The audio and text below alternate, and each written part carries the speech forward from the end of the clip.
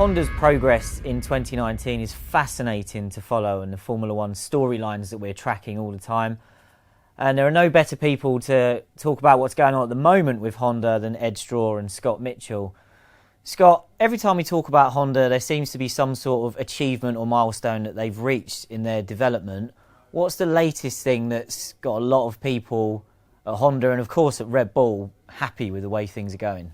Well, it's unlike a new engine that we see in the official documents when we know that there's an upgrade coming, or rumours of a 20, 30, 40 brake horsepower increase. This is a bit more of an unseen development because it's still the same engine and specification that was introduced in Azerbaijan. It's done 3 Grand Prix weekends now, so it's not like they've rolled something secret out over Monaco or something like that. This is about the reliability. So the purpose of the early upgrade in Azerbaijan was for reliability reasons. They had a quality control issue that they discovered after China, so they had their Spec 2 engine ready, so they brought that forward. It was all about making a reliability step. That was target number 1. And what they've got now, they think / hope / believe, delete as appropriate, is an engine that can do, say, 7 weekends, which they haven't had before. So this is sort of that 5,000 to 6,000 kilometre of range, basically, while running the engine at an acceptable level. Because that's kind of where you need to get to, isn't it? To get through a season, ideally, without grid penalties. Yeah, so 21 races, and you've got 3 internal combustion engines, turbochargers, and MGU-Hs, which is obviously a horrible thing to say. That's your limit, and then you start getting grid penalties. So roughly 6 or 7 races, 7, 14, and then you get to 21. There you go, my maths check out. That's good. And obviously by bringing one at race 4, that's not particularly good for the rest of the season. But what they have now, with if this engine can really do 5,000 to 6,000 kilometres, which they think it can, this is their 7 races per engine. This is big for them. So first 6 rounds of the season, Lewis Hamilton, just to give you a bit of a benchmark, around 4,500 kilometres completed over the first 6 weekends. They will likely have a new engine for Canada, barring any last minute issues like they had last year, even though that's slightly less than the 7 races per engine you want, because by that the first engine won't go out the pool, so they'll be able to use engine 1 on Fridays, and that'll leak a little bit more mileage out that way. So had Honda started the season with this engine, we might be looking at the first penalty-free campaign, which I know that sounds like par for the course for your Mercedes and the Ferraris of this world, but that's the level Honda's trying to reach. They haven't been able to get there, and they think they might just be there now. So that's massive news on the reliability front at last for Honda.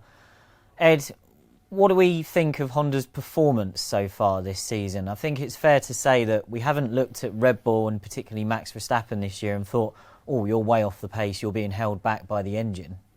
No, well, if you compare it to where Red Bull was last year, it is very, very similar, and Max Verstappen's basically been permanently 3rd or 4th. See, 2nd on the road in Monaco.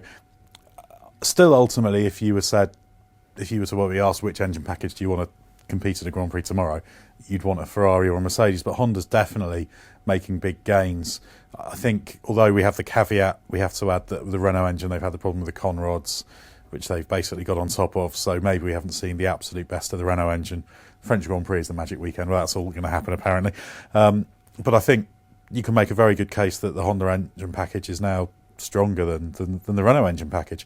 And if you look at situation, Max Verstappen said that this car ultimately isn't quite as good as the Mercedes just as a car. So you try and normalise for the engine package, and the fact that this deficit is not all down to the engine straight away tells you that Honda's in pretty good shape.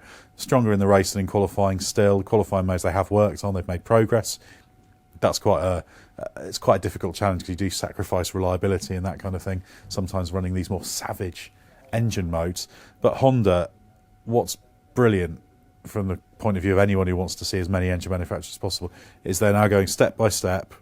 Things are improving. They're not kind of making a few steps, looking good, and then falling back down again. I think they seem to be on a path that's going to take them to the position where they can take the fight to the top 2 engine manufacturers, which is brilliant, because we know Red Bull can produce the car. So very promising, not quite there yet, but we expected this season to be one where they started behind and made progress as the year goes on. So it's quite promising, particularly for 2020. What I find impressive is that had Red Bull had a Renault engine at the start of this year, so you think of the problems that they've had, they could well have Max could have had 3 or 4 retirements by now, certainly 3 or 4 non-scores, 3 or 4 compromised weekends, and they'd be nowhere near where they are in the championship. And okay, Verstappen lost his podium on the road in Monaco, but to all intents and purposes, Red Bull and Honda have scored 3 podiums in 6 races.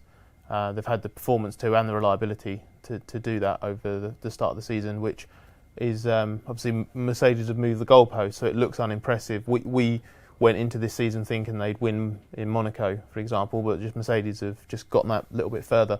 But they're matching or beating Ferrari at the moment, and that is it's not just. It would be really easy to just say, oh well, look how bad Renault are. So thank God Red Bull changed to Honda. That's a good thing, isn't it? But it's not just they're not just the least worst on the grid. They've obviously made progress, because even if it's behind Ferrari as an engine, the way it interacts with the Red Bull chassis and the way the Red Bull chassis and aero has been designed around it clearly works as well. Yeah. So where do we go from here then? You've hinted already, Scott, that just because an engine can now do the sort of magic 7 weekends, obviously it's a little bit too late for Red Bull to get through the season without any engine penalties.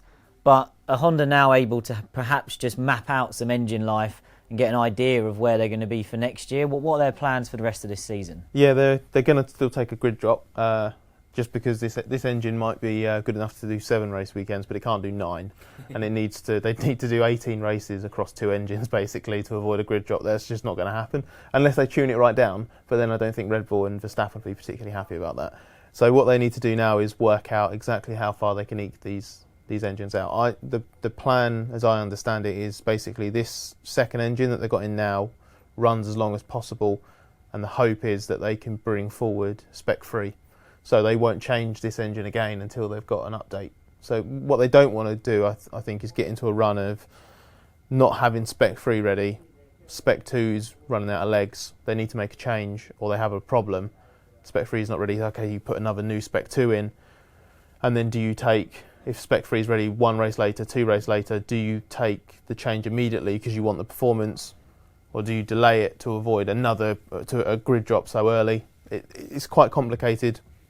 They will wait. They will try and be as flexible as possible, but I'm sure the target will be it'll be before the summer. They can't magically get themselves back on a conventional program now. They won't be rolling out a new engine at Spa or Monza. It'll be before the summer. But if they could get to Austria, if they could get to Silverstone or Germany, and maybe then if they can get the spec-free ready in time for that, that's pretty good for them, because then they go into the second half of the season, 10, 11, 12 races. They're still going to have another engine change, but then maybe, can you get a spec-4 in there before the end of the year, or are they locked into one more upgrade? They've given themselves a headache on one side because they will take grid drops, but both parties came into the season expecting that. That's not a problem. The big thing for them now is going to be maximising this opportunity to prove their reliability, increase the performance side without compromising the rest of their season too much more. And the big thing is, if they can go through the rest of this season, well, the big prize is 2020.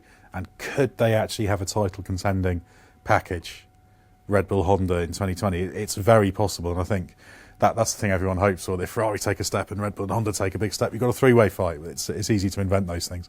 But that's what means it's very important that we don't see Honda getting into this spiral of unreliability, and that they can just keep building on the platform they've got. The signs are very, very promising as it is.